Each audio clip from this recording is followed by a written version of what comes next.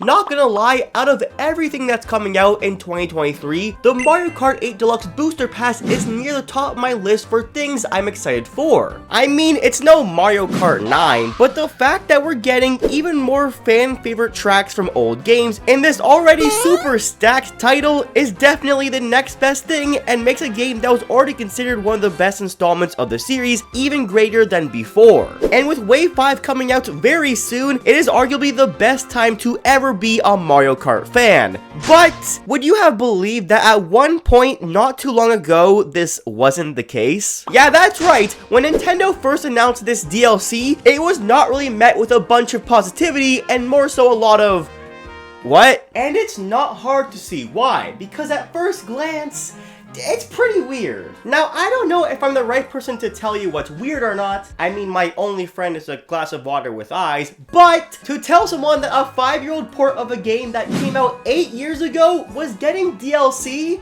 for the second time is pretty fucking weird. Like, leading up to the announcement of this, there were some very heavy rumors about a brand new Mario Kart. And heading into that February Nintendo Direct, its existence almost felt like an inevitability. So when we didn't see that and got this instead, it was hard not to feel a little disappointed, at least for me. It might be my fault for getting hyped over some baseless rumors, but come on, we were very overdue for a sequel at this point, and although Mario Kart 8 is probably my favorite installment in the series, I just wanted to see the next big thing to come out of this franchise. But no, Nintendo does a Nintendo and came out with this, and the fan reception was interesting. You know, I've always had this theory that the biggest reason we got this booster pass in the first place is because how well Smash Ultimate's Fighters Pass ended up doing. You know, how we had 2 volumes with 6 characters each that steadily came out over a 3-year period, which always kept the game relevant and had fans tuning into every direct to see what new fighter was joining the roster, which not only kept the longevity of the Smash community, but just gaming in general. And once that was over and done with, Nintendo said, what if we do the exact same thing again, but with roads? And thus we entered a new era of drip feed paid DLC. Which, if we're being honest here, would not have the same lasting impact of new Smash characters, but it was something to look forward to every direct nonetheless. And while I wasn't completely on board at first, this was a good opportunity to see some tracks that never got a chance back in the base game to be given new life. I mean, just look at the massive overhauls given to tracks like Cheeseland or Ribbon Road. So it's hard not to feel a little excited to see what new additions will show up in this one. Oh, this is dog shit. This is the very first look, the bar that was gonna judge the entirety of the DLC I paid $30 for. Kinda, I didn't actually pay for it because I have Nintendo Online. But still, and it's not a good one. Okay, we have Coconut Mall, which is good. Definitely the most iconic track of Mario Kart, period. And other than some very strange and bad changes, it's good it was added in as soon as possible. So maybe Wave 1 isn't as horrible as I made it out to be. Oh wait, it is, because next up we have Toad fucking Circuit. Who asked for that? Like, come on, the track has a single stupid flying toad and that's it. And then we move on to the biggest problem out of all this is out of the 8 tracks we get, 3 of them come straight out of Mario Kart Tour. Yeah, why not? Instead of including the dozens of iconic tracks from Double Dash or from the DS version, let's make almost half of the very first wave composed of the tracks from the shitty mobile app everyone played for only 3 days. Like, who the hell wants to play Ninja Hideaway? Me, that too. This is actually one of my favorite tracks now. But come on! Look, if they added 1 tour track per wave, I would have been completely fine with that. But 3 just kind of tips the scales a bit and makes it seem as though the booster pass was only made in the first place to throw these tour tracks in, so making them for the mobile game wouldn't have been a big waste of time. And adding 1 more layer on top of that, the tracks themselves don't look really good. Like Shroom Ridge, not only did no one ask for it, but also it just looks fucking ugly. I mean, graphics aren't everything. Like, I'm a Pokemon fan. I am the very last person to be complaining about graphics, but it does make the game look very inconsistent. Because Mario Kart 8 also happens to include some of the prettiest visuals on the Switch. Like, try comparing Dolphin Shoals, which is in the base game, to Shroom Ridge, and you can barely tell they're from the same game. Like, come on, at least be consistently good or consistently bad, no in between. is that a valid point to make, or am I just padding the video? So Wave 1 set a very low bar for the rest of the DLC. Instead of expanding on the game, it sort of feels rushed, with tracks not really optimized to be played on the Switch, and visuals that made some courses lose its charm it had from before. Did I overall despise it though?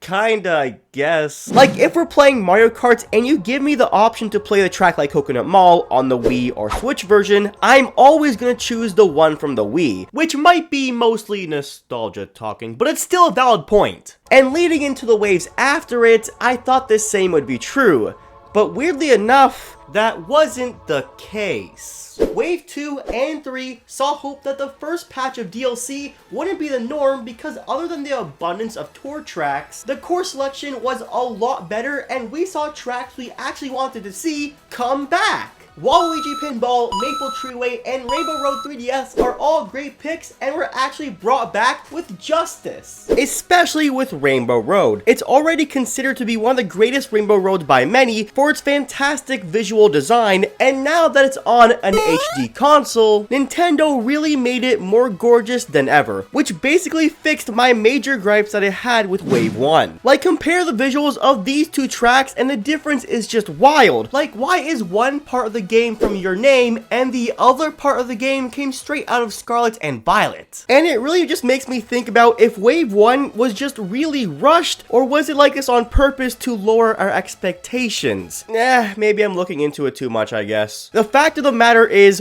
Wave 2 and 3 is where the Booster Pass really started to gain some momentum. These tracks look like they've been given the time to be worked on and altered to fit the regular standard of the Mario Kart 8 tracks of before, and not awkwardly shoved in there. Mind you, I wasn't completely on board with the Booster Pass at this point. This was a decent improvement for sure, but I still wouldn't call these 3 waves worth your money yet.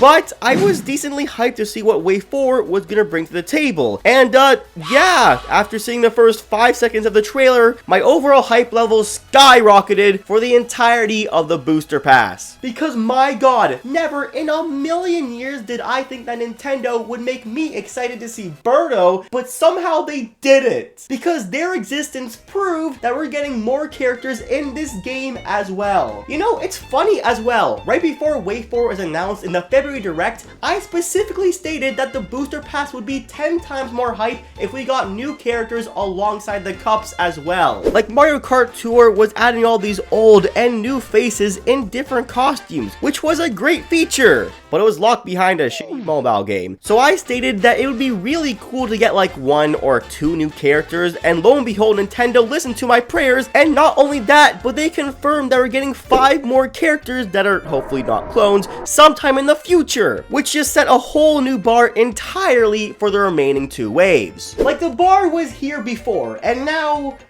it's no longer there, which is amazing, but also confuses the hell out of me. Like, why is it when we're over halfway done with the DLC, we start getting the really cool shit? Time constraints maybe? I don't know. But other than the really cool Birdo reveal, we also find out that in this DLC, we're getting never before seen tracks as well, with Yoshi's Island being a main attraction for this wave, also known as one of the best Mario Kart tracks apparently, which just tells the fans, hey, not only are we going to bring old tracks from previous games, but we're also adding new characters to this game, and never before seen tracks will also appear as well, making that $30 purchase much more justifiable. Now, is this perfect? Although it is a huge improvement from before, I still wish there weren't as many tour tracks making an appearance in these waves. Like, they're fine, I like the courses themselves, but they're taking too much spots for other courses to get in. Like, we still only have 1 Double Dash track, which is absolutely crazy, since Double Dash in general is super beloved by the fandom. And also, I wouldn't mind seeing some costumes as well. I was already thinking before, if Nintendo didn't want to give us new characters, we could get costumes instead, because I assume that'd be pretty easy to make. But this isn't really a flaw, and more so just me really wanting character customization. I mean, just look at Tour. It has over 12 costumes. So like, why couldn't we at least get Donkey Kong in a funny hat or something? Nonetheless, it's pretty crazy looking back on the Booster Pass in early 2022 up until now. And the final 2 waves look even crazier with new characters like Kamek and Wiggler, and a new original track that looks really fun to play on. But let's be honest, none of that matters unless we get Donkey Kong. Release him already, you cowards. Which, now that I really think about, the Booster Pass has a really strange connection to the Fighter Pass. And no, it's not because we're getting the same form of drip feed DLC, but more so in the waves themselves. As in, the content and how good it is in each wave is exactly like Smash Ultimate's wave hype, but the opposite. Hear me out for a second. The first fighter of the Fighters Pass came out guns blazing with a newcomer like Joker, a character that was thought to never get in Smash, but did, and set the bar super high for the rest of the DLC. And ever since then, the hype of each fighter kinda went down as time went on, because then we got Hero, which is cool, but not as cool as Joker, and Terry, which was alright, I guess, but no one really knew him. But oh, there was Banjo, and that was a pretty good one. And finally, for the very last character of the Fighters Pass, we got Byleth, which was possibly the worst way to end the DLC. And that's because Joker set that bar so goddamn high, and Byleth, out of all the DLC characters from Volume 1 and 2, would never live up to that hype. And so compare that to the Mario Kart 8 DLC, and the hype cycle is the complete opposite, with Wave 1 being super disappointing, setting that bar low, and gradually over time, more hype builds for the DLC. And it's crazy how something I wasn't really looking forward to initially became something that I can compare to the likes of the Smash Ultimates DLC. And ultimately, what does the connection of these 2 games mean in the grand scheme of things? Yeah, I don't know. I thought it was pretty funny.